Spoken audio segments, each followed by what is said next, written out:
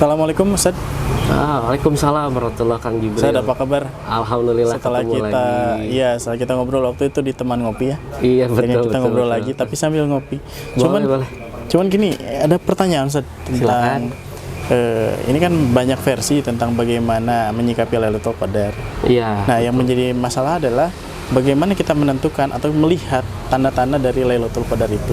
Kapan datangnya Lailatul Qadar? Seperti itu Ustaz. Baik. Ini pertanyaan yang memang sering ditanyakan Kang Jibril setiap kali bulan Ramadan.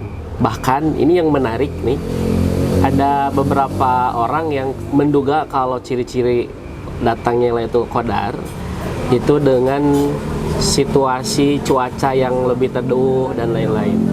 Apakah betul seperti itu? Apakah sesuai dengan lagu Marga Sata Tak Berbunyi? Nah itu kayaknya terinspirasi sama lagu itu Yeah. kalau yang barusan. Termasuk unik juga sih, ada orang tua saya sendiri juga kadang-kadang juga ayeuna Lailatul Qadar teh Nah, gitu. itu menduga-duga ya. Menduga-duga karena mungkin masuk ke dalam lagu yang tadi Bimbo ya itu teh. Iya, betul. Oke. Baik, sekarang kita coba telusuri bagaimana Lailatul Qadar menurut Rasulullah SAW. Ya. Yang perlu kita ketahui Kang Jibril, Lailatul Qadar itu merujuk kepada dua peristiwa. Peristiwa yang pertama adalah peristiwa di mana Al-Quran turun seperti yang diungkapkan di dalam surat Al-Qadar. Iya, betul. A'udzubillahi minasyaitonirrajim. Bismillahirrahmanirrahim. Inna anzalnahu fi lailatul qadar. Nah, ayat itu menunjukkan tentang peristiwa di mana Al-Quran itu turun di malam Qadar atau di Lailatul Qadar. Yang kemudian sifat-sifatnya diterangkan oleh Allah bahwa malam itu adalah malam yang lebih baik dibandingkan 1000 bulan. Kenapa? Karena Allah mentakdirkan di malam itu Al-Quran turun. Nah, tapi malam itu hanya terjadi sekali saja di dalam sejarah umat manusia. Tidak akan terjadi lagi karena peristiwanya sudah terjadi, yaitu ketika Al-Quran diturunkan oleh Allah Subhanahu wa Ta'ala dari Lauhul Mahfudz ke samai dunia secara sekaligus.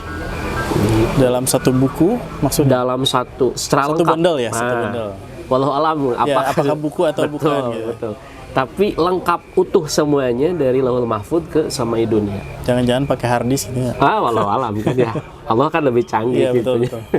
Nah, lalu kemudian secara berangsur tergantung dengan situasi kondisi umat waktu itu yang Allah takdirkan menjadi asbab turunnya ayat secara berangsur-angsur. Oh iya. Ya, jadi kan kejadian yang terjadi di sekitar Rasulullah dan para sahabat yang kemudian Allah takdirkan juga sebagai sababun nuzul ayat-ayat itu turun secara berangsur-angsur.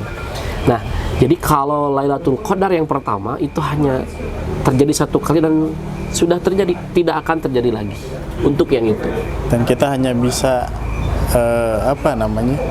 memperingati. Itu pun dengan itu juga konsekuensi belum tentu benar. Belum tentu di tanggal 17 ya kan, atau di malam yang, karena kan tidak diketahui gitu.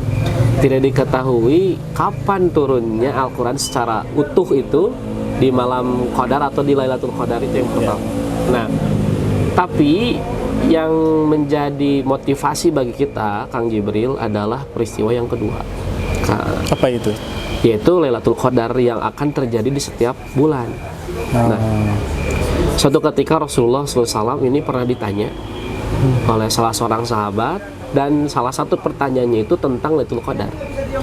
Maka Nabi Muhammad SAW menjawab, menerangkan bahwa Lailatul Qadar itu fi kulli lailatin atau fi syahri Ramadan, begitu. Bukan setiap malam, tapi pada setiap Ramadan. Itu ada, berarti ada Lailatul Qadar kedua yang momentumnya ini bukan tentang diturunkannya Al-Quran karena itu sudah terjadi. Tapi Lailatul Qadar yang kedua ini adalah momentum di mana Allah memberikan kebaikan-kebaikan. Secara value mungkin ya? Secara value. Nah, value-nya ini diterangkan di dalam satu hadis, salah satunya oleh Imam Al-Bukhari, bahwa kata Rasul, man qoma fi lailatul qadar ghufira lahu ma taqaddama min dzambihi.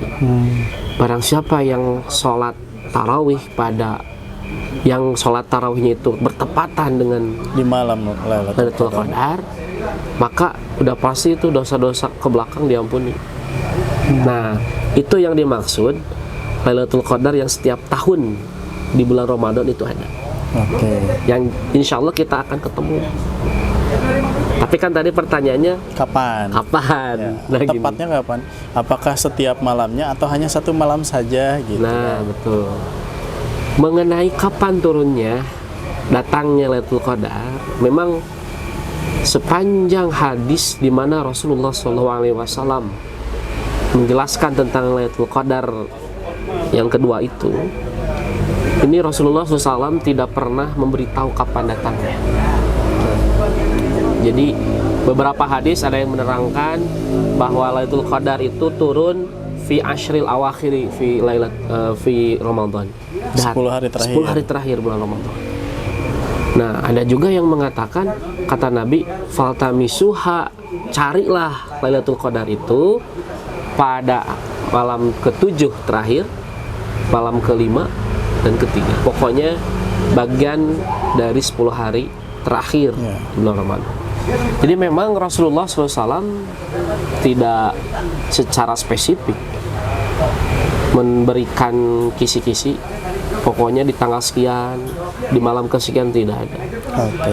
Jadi kalau kita terus bertanya kira-kira kapan atau apa tanda-tandanya, kalau tanda-tandanya walau alam, memang saya juga tidak pernah menemukan tanda-tanda alam yang berbeda. Betul, seperti yang mungkin ada dalam lagu tadi. Alam yang berbeda, kemudian apakah hujan dulu gitu ya? Atau ada petir dulu, wallahu alam. Itu Atau tidak justru pernah. tidak ada angin sama sekali. Betul, atau tidak ada angin sama sekali. Itu memang belum pernah ada keterangan yang menjelaskan ciri-ciri alam seperti apa. Tapi yang sudah pasti Rasulullah SAW, Kang Jibril, kepada kita itu menyuruh cari di 10 hari terakhir. Jadi solusinya adalah ya udah di 10 hari terakhir maksimalkan untuk beribadah. Maksimalkan saja. Nah, karena memang disitulah hikmahnya, Kang Jibril. Hikmahnya adalah supaya kita serius, ya, serius beribadah, menghidupkan malam, ya, seperti kebiasaan Rasul.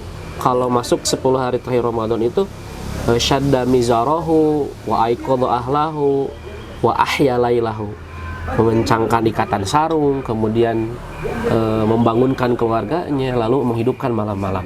Baik. Begitu. Jadi hikmahnya adalah kenapa kita tidak diberitahu oleh Rasulullah SAW secara spesifik kapan Lailatul Qadar itu datang, karena supaya kita apa?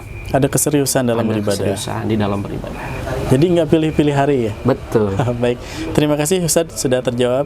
Sama-sama. Assalamualaikum warahmatullahi wabarakatuh. Waalaikumsalam warahmatullahi wabarakatuh.